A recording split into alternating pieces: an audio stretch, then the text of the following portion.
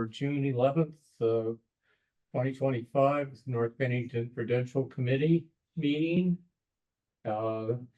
Online, we have Matt Patterson on Zoom, Kieran McNamara.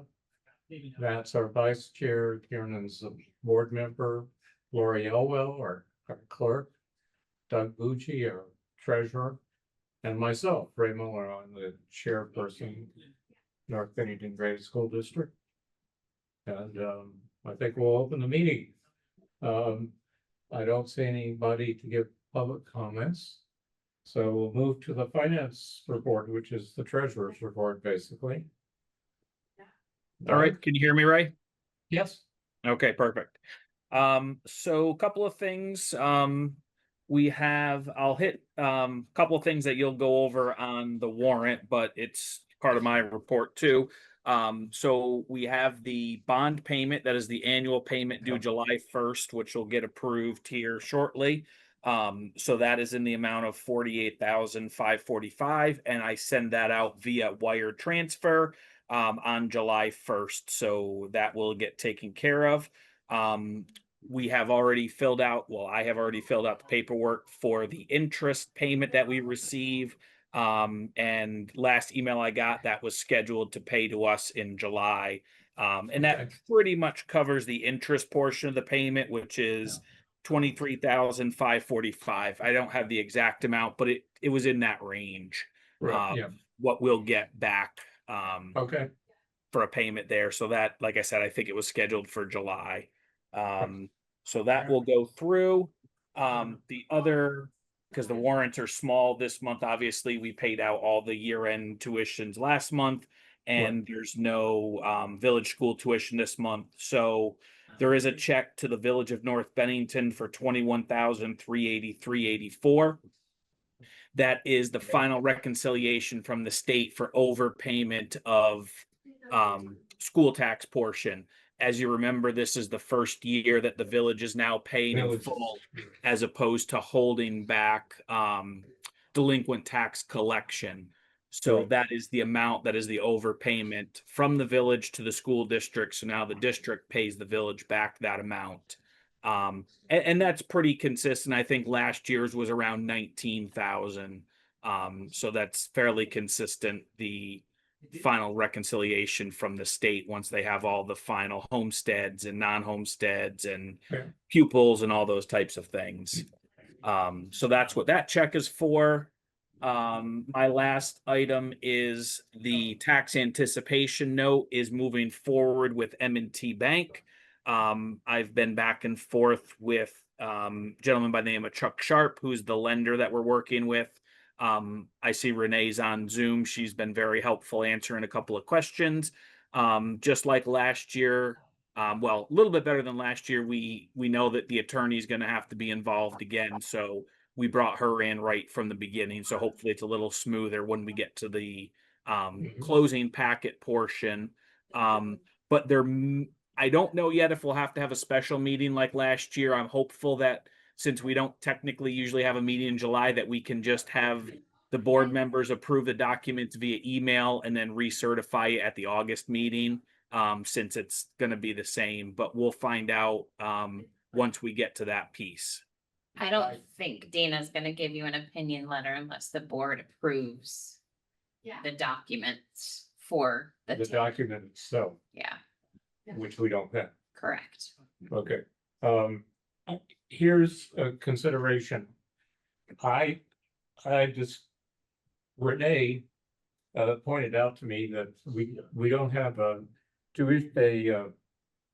lease agreement for this year, and normally that'd be in a 5-year block, but we had an agreement through 2024, but we failed to re-execute. So I think we need to do that before the end of the year so that the auditors are kept abreast of that. And also there is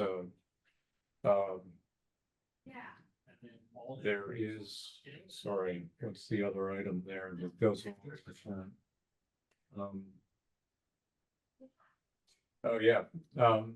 also I requested a invoice from the village school for any building related expenses for us to consider reimbursing. We had reimbursed some early in the year.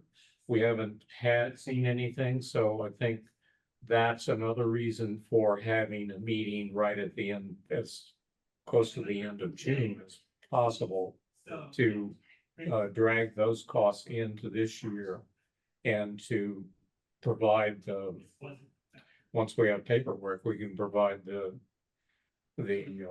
actual paperwork and get the letter from Dina that we'll need for executing the agreement on the line of credit, or how do we style it? What's it? And Lenny's here now. Thank you. Hi, Lenny. Yes, it's a Hi, line Ray. of credit. You don't Right. take it out as a full loan, right, No. Doug? You only Correct. access what you Yep. need to. Yeah. Yep, I access just, right, I proportion. advance as needed, Yeah. typically up until November-ish. Once we start to get the taxes, you know, and if it's close, if there's a collection through the village can do somewhat of an advance, but the majority of collection for taxes, as everybody is aware, is not until the second half of October and into beginning of November, right up to the day they're due. So yeah, so I only advance as needed. So as the warrants come out each month over the summer months and into the fall, once I see what the checks are, then, you know, based on what cash is in there. And then obviously in September, we typically will get the first state payment. So, you know, that'll be a discussion this year if that is hopefully still on track with the same dates as it's been in the past. But in anticipation of possible delays, I did ask for 400,000. We typically had been doing 300,000. So I just wanted to hopefully have a little bit of a cushion there just in case there was any delays, especially for that September payment from the state. Does that increase our cost any to just ask for it, or is it Nope. only based on draw? Correct. only It's based on only draw. based on draws, right? There's no quote unquote application fee or anything like that. Okay, And your interest does not begin until you start to advance. right. So there's no harm in doing that, and there's plenty of benefit as you avoid having to do it later. Correct. Which you Right. won't be able to do. Right. that. Now there is, you know, there is a calculation that's completed. So I can't ask for Yeah. there's a limit. unlimited funds, but Oh, the 400 is within the realm of what our expenses typically are, which is obviously what the bank will look at, and, you know, cash flow from the tax collection. So if you want to just briefly review that, the basis on which the bank decides how much you can borrow at the maximum. Yep. For the public that may So- be listening. Yep, absolutely. So what I do is I complete what's called the cash flow analysis. It's very basic. It's not that much in depth. And what I do is I take the prior year expenses on a month by month basis, because, you know, obviously some months are heavier than other months. So it's not an annual. And then we take what cash we anticipate to have on hand at year end, what other sources of income, which is the state money that I was talking about. And then it will show us and the bank when the deficiencies will be, which again is typically the months of July and August, and then October, because while we get the amount in September from the state, our expenses are typically pretty close to what that amount is, because we have, you know, tuition that is front loaded on some of the students and things like that. Yeah. And the largest tuition obviously is the village school, and that starts right up in July and that runs every month. So Right. that's kind of a very brief overview of where the calculation comes from. And then I use an estimate of what the anticipated tax amount collection will be based on what the prior year was, and what because the state doesn't set the final rate until August. So, you know, it's a somewhat of an estimate. Usually there's not a lot of change, obviously. But one never knows. Okay, thank you for that explanation. Is this a meeting that we could have locally, or do we schedule something for? Well, I think we could have locally, since I don't think the issues are particularly large. And but yeah, because it would require signatures, right? In this case, right? Would we not have to have signatures? Doug, do you recall? I don't know what's happening first, like the horse or the cart, like, as Chuck is talking about the loan closing Yep. on June 25th, which I feel like, can he do that without the opinion letter? But Dina's not gonna give an opinion letter until she has the documents to look at.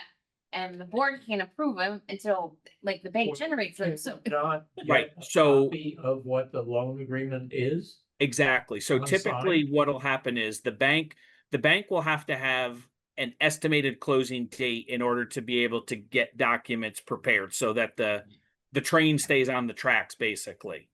So usually what will happen is at some point in time prior to that tentative closing date, the bank will say all the documents are ready for review. At that point, hopefully Dina says within a short period of time, yes, these look good. If the board says yes, then everybody says yes, then we sign. So it's kind of all together, but the bank should have the, I call them preliminary because that's the word that we use at the bank, but the final, meaning unless the attorney asks for any changes, that's what the bank is going to have. Okay, thank you for that, because I know that Dina's gonna want the board to see the documents and tentatively approve them in the Yep. form that they're being presented for them. For her to be able to actually generate that opinion letter. Right, and that was why I was asking potentially if it could be via an email vote and then recertified at the August meeting, because, you know, if the packet is sent out and, you know, but if there's other items, obviously a meeting could make sense depending on the timing. So, but yes, I don't think there's going to be any issue with having the documents reviewed for Dina to be able to say yes, and then the bank to be able to say, yep, we're good, we're no changes, let's sign.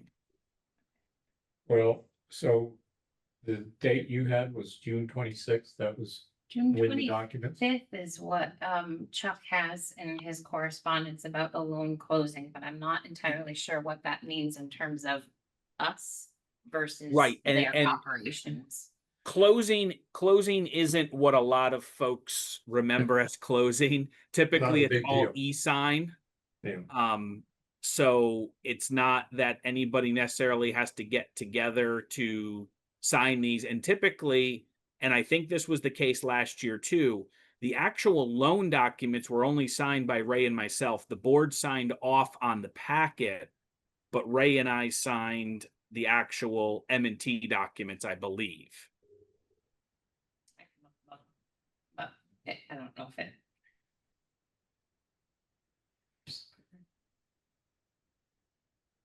Okay, so, We're gonna have to have another meeting. yeah, well, I knew we were gonna have to have another meeting. That's why I was putting that out there, that we could have another meeting. Mostly we just meet here with Renee and the document that you provide us, and everybody can, in 15 minutes, perhaps, we can get done with the whole thing. Right. And I think within the next couple of days / the very first part of next week, we should be pretty close to the end.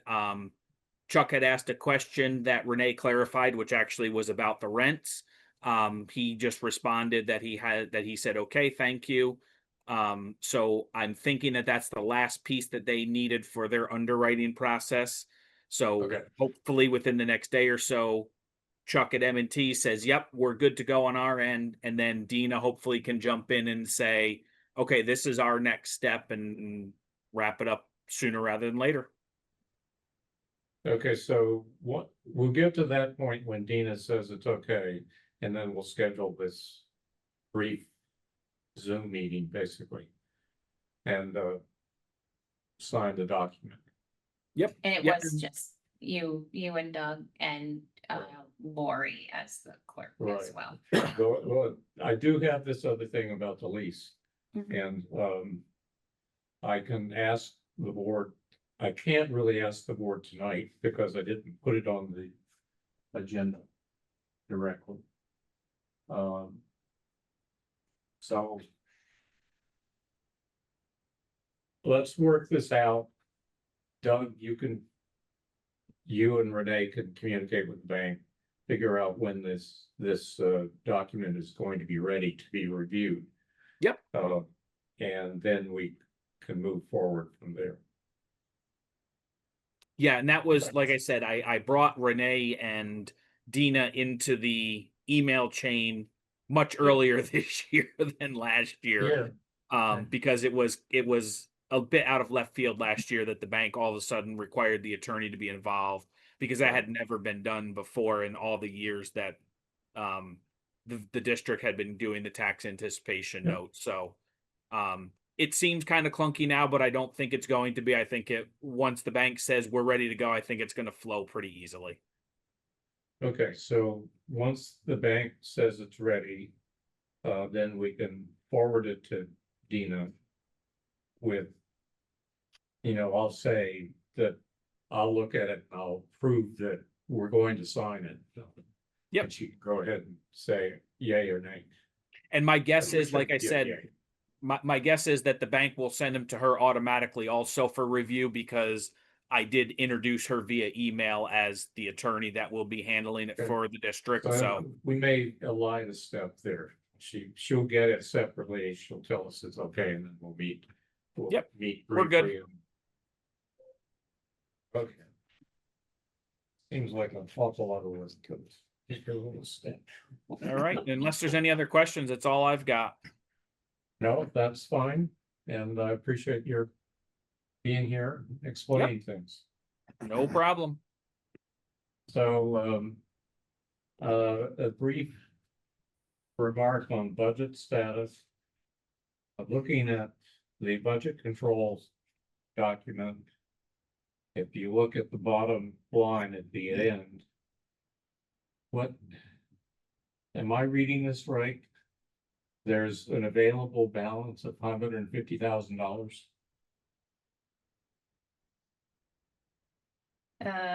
It's, Theoretically, yeah, because they typically will run that for the packet after the after this, after the warrant has been Yeah. processed. so they haven't processed this warrant. I would hope that it's included in there. Once it posts, it should be included in that, Okay, in those totals. well, at any rate, the warrant is,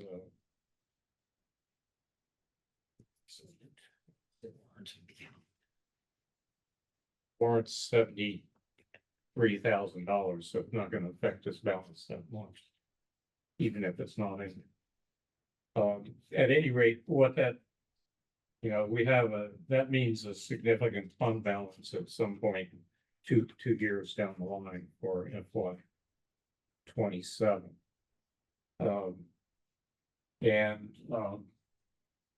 I make that note.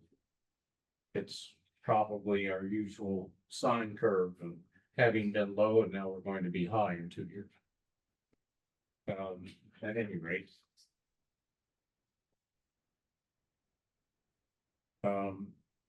So entertain a motion to approve the consent agenda, which consists of this warrant, which can quickly review. It's got the US bank bond payment that we've just been that one of the things we talked about previously this evening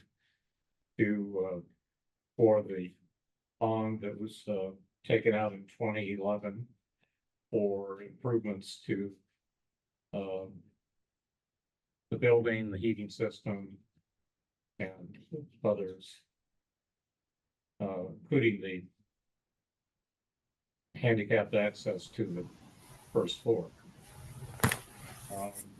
And then there's what's that? Then there's a payment for Doug for his services for the quarter.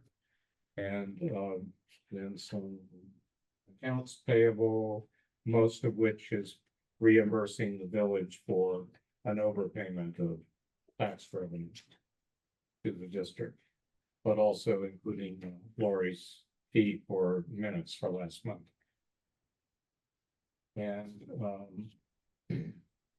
the other item in the consent agenda is minutes from last month for May 14th, 2025.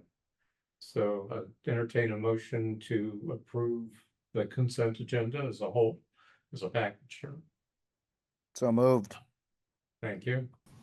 I'll We've got a second. second. Thank you, Lenny. Any discussion? Seeing none, I'm gonna call the question. All in favor? Aye. Aye. Hi. All right, that's all of us. So it's unanimous. Move on to policies. These are policies to adopt.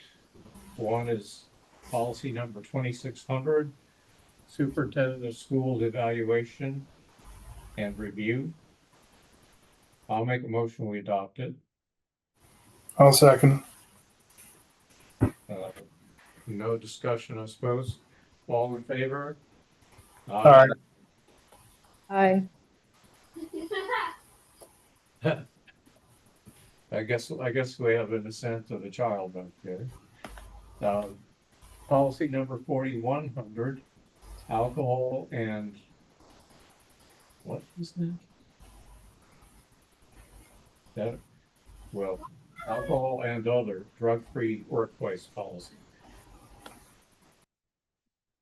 So I'll make the motion that we approve the policy. I'll second. Okay. All in favor? Aye. Hi. And then there's policy 5175, possession, sale, distribution, and use of illegal substances. Piggybacks on the previous policy, which is also up for adoption. So I'll make the motion that we adopt policy 5175. Matthew, it's your turn to second. Second. Okay, thanks. All in favor? Aye. Aye. That's Aye. all of us, that's all of us now, and so we're done with policies. Okay. So. We have.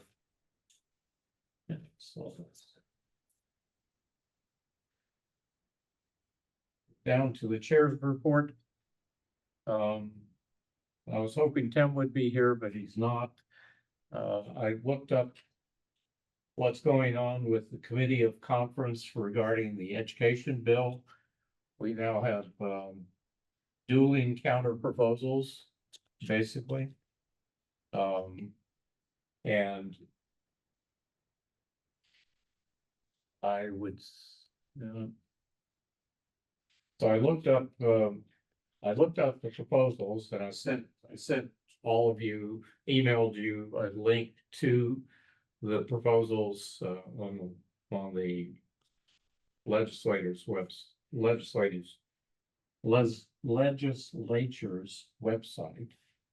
And I know you don't have time to read them because I sent it very late because I didn't discover it until late.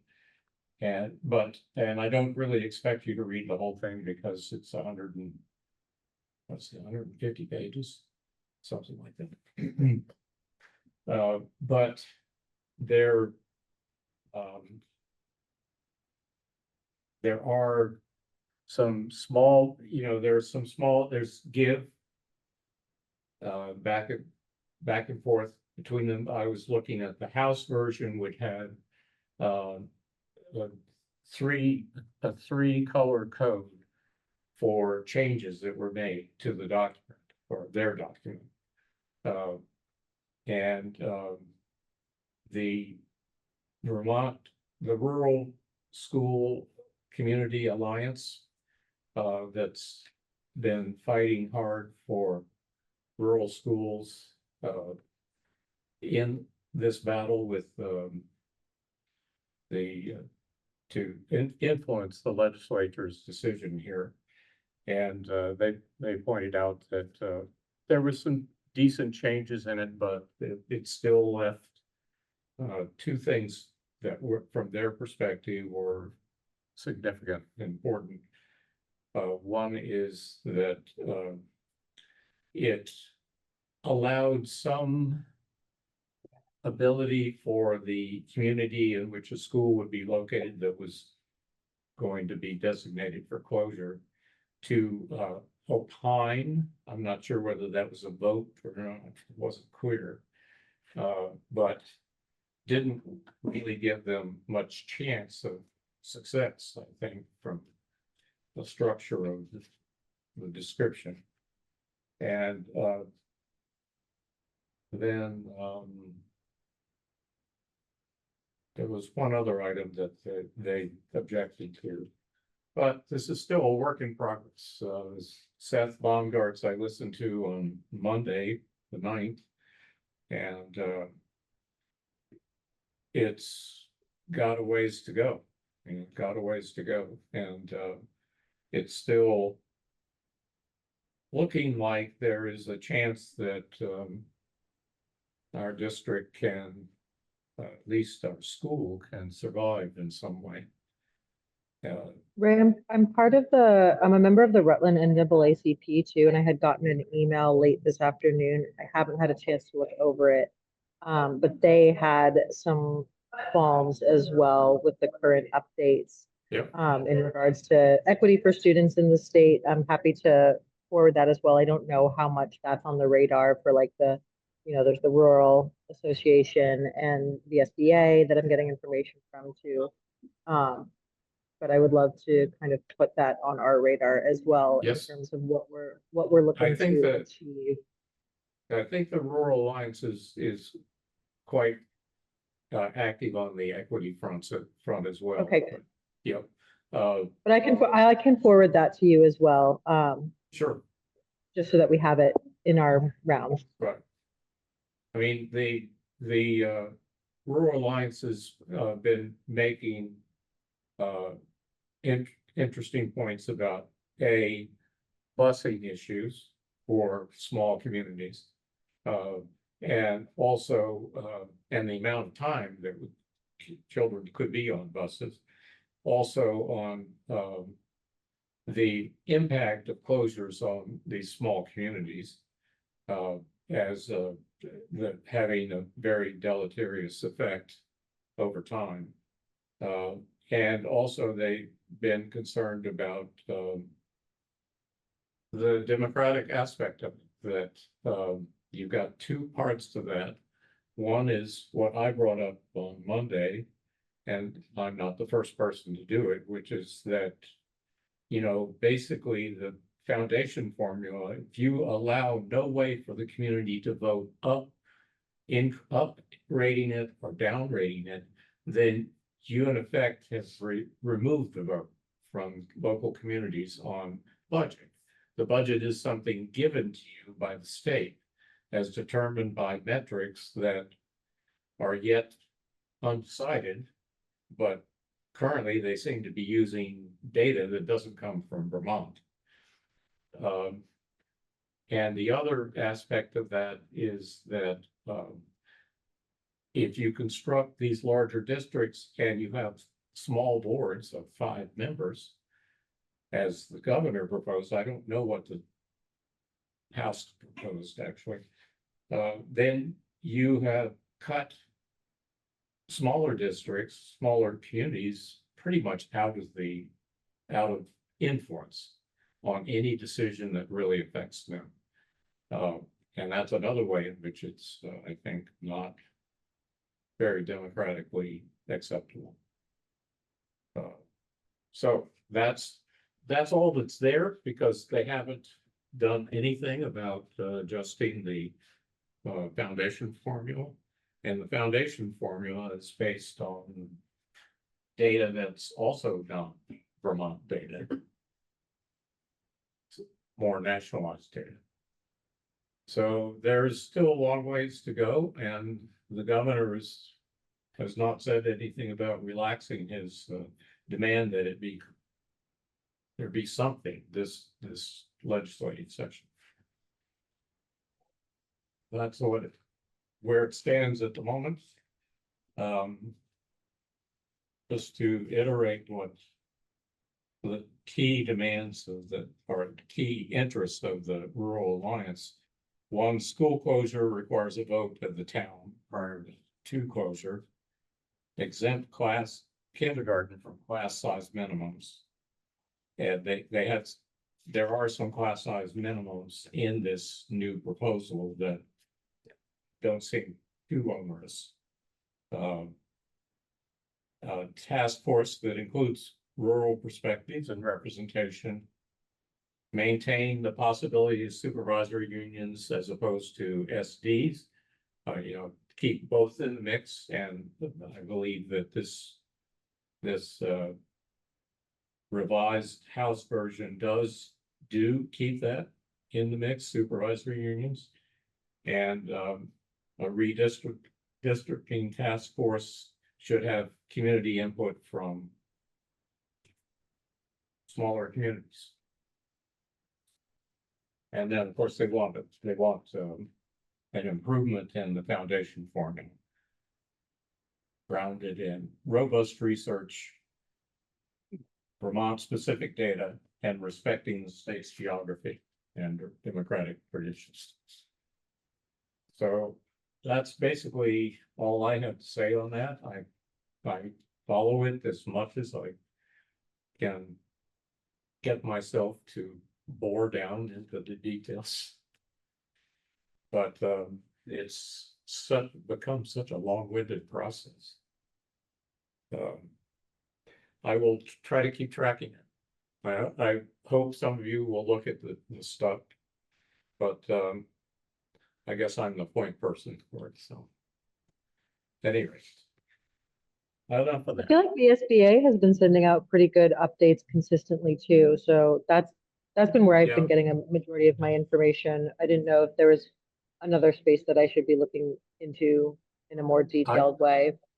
The SBA puts out information, and some of it is very good, but on the other hand, they are in lockstep with the Superintendent's Association in certain ways that are not very promising for smaller communities, and Gotcha. particularly with respect to our community, I think. So, take it with that. Yeah, gotcha. Yeah. But do read them, because they do have the ability to do some research here. So, and so my second B on my chair's report was to be landlord expenses for FY25. We've already paid some, as I said. I don't have a new listing from the village school. I have sent a note about that, because we need to button it down by the end of June. And then we committed ourselves to contributing $203,000 to this ventilation project, which is key to its actual completion, I think. And I had paid some expenses out of that account earlier in the year. What I would like to do is, with your permission, and Renee tells us how to do this, we'll put that money back into that line item from the board's contingency. Because I think it was like $30-some thousand, and we have 50 in the contingency, so. So you want to get I want to get it back to 203. 203. So it's sitting there in reserve for when it's necessary, sometime a little bit later on this summer. Okay. Okay, Yeah, all I would need, actually, is if you want to drop me an email Okay. if the. Well, board I approves mean, or the I think we should just make a resolution that we do that. Yeah. And that is my resolution that we shift X dollars, I'm not sure the amount at the moment, but to bring to the building reserve in order to bring it back to $203,000 balance for FY 25. Currently, it would be $36,909.80. All right. You got it. So I would, So Renee, will you email me what you just said? Thanks. okay. All right. So if someone will, well, I made the motion, so I need a second, basically. I'll second. Thank you. And any discussion, questions about that? Everybody knows what I'm doing here? All right, I'll call the question. All in favor? Aye. Aye. That's all of us. Okay. Then because we don't have the other expenses, I'm sure there are other expenses that we owe, which we will take out of the contingency. Not the building fund. For things that got done to the building that I just don't know what they are at the moment. Normally, they're fees for inspections and certifications and stuff like that. Plus, there may have been some work, physical work, construction work. I'm not sure. So that we will take care of in our end of the month meeting whenever it occurs to approve the line of credit document and to deal with signing a new lease that covers 25 through 29, I guess it would be. So right? 5 years. The final item I had on here that I'm aware of that we could deal with is that, at least when I put this agenda together, was I would like to make a gift to the enrichment fund established in Pat Gibbons' name. And I have a source for this because the district is to receive some money from a person who left it in or will for a number of people, but the school was one of them. And it's $9,700 and change. And I thought that would be an appropriate gift we could make using those funds once they arrive. They're currently still in motion in the court. There's a proposed distribution and it has to be approved by the court. I've signed off for this board on that. You gave me authority to sign documents related to this 2 years ago, at least. So I don't know if you want to talk about that. I'd appreciate your thoughts. That was just my idea of a way to help fund it. Were you thinking the full amount or? Yeah, I was thinking the full amount. Okay. I mean, we do have 56 in the account. That Terry. was basically Eric's money, but you know, this would go in there if we weren't going to spend it on anything, but seemed like an appropriate contribution to me, but I don't know what you have to say, so.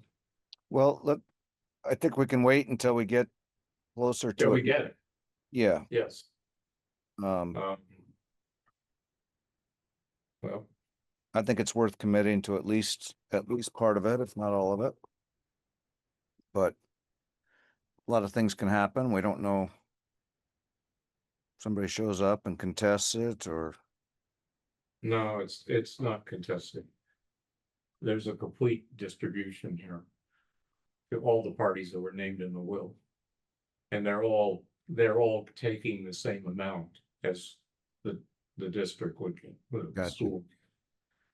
Because they were all given one share. And I've looked at the expenses of the attorneys, and they are what they are. They're not excessive. I think a lot of work went into getting to this point, and they still have to get it through the court. Because the court is way behind in processing. other thoughts, other people. We'll just wait and see. I mean, we'll wait at least a few more months and then address Okay, it. well. Since it's not imminent, that's a good plan. I think, depending on what happens, I mean, this is sort of tangential, but we may be looking at doing other things with the funds that we have that have been sitting there. Depending on what happens at the legislative end of things, and whether the district continues to exist as a district. So, we'll get to that when we have a little more clarity about that. I don't have anything else to talk about. Oh, wait, so one of them. Actually, I can hold off on this till we actually have our later meeting on the lease, I think, so we'll do that. Anything else? Ray, do you want to Yes. continue this meeting or do you want to, Yeah, no, that's a good idea, Lori. when? When will we continue this We have to meeting? have a date certain. June 26th was suggested. As 25th is the Wednesday. Wednesday, okay, Although I'm 25th. June 25th, that's. my Yeah, I wife's think I can birthday do that. SU Burlington, board but have been meeting. I think that night. That night, but we could come early, like today. Yep. 5 o'clock, 5:30 or something like that. I think they normally meet at 5:30. Oh, they meet at 5:30, that's right. Yeah. So I maybe, think that I haven't heard if, I'm assuming that they're meeting their regular, that would be their regular meeting time. The SU board would be meeting at the 25th at 5:30. okay. And would it be good to piggyback in terms of coverage? Having you or, probably. I can be here. or Mhm. it won't be, it is after hours for you, but it's at least close to what you need, So Alright. tentatively, we're gonna have a 5 o'clock. Is that Yep, tentatively 5 o'clock on the 25th of June. It'll be Zoom. I'll be here, you'll be on screen. And that's it for the moment. I'll make a motion to adjourn. Good. Second. All right. All in favor? Aye. Bye. Thank you very much. Bye, everyone. Yeah, bye-bye.